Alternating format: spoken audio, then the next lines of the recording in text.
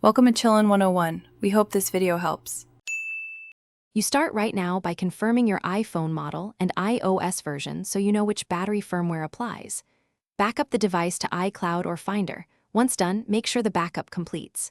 Charge to over 20% or plug in a light. This prevents shutdown during diagnostics. Gather tools, a pentalobe screwdriver and a spudger.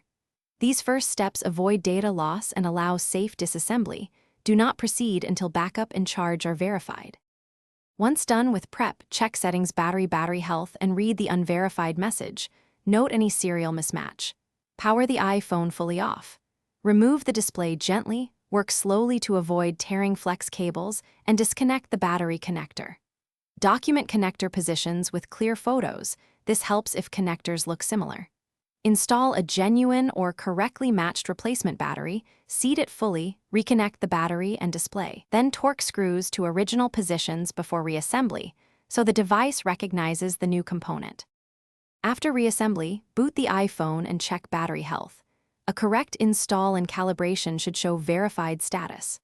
To calibrate, charge uninterrupted to 100%, then use the phone until it shuts down and recharge to 100% again. This helps the system measure capacity accurately. If the unverified label persists, power down and recheck connectors and seating. Once connectors are confirmed, consider reflash options if you have tools, or take it to Apple-authorized service. This single troubleshooting step resolves most recognition errors. Thanks for watching. Consider subscribing if we helped you.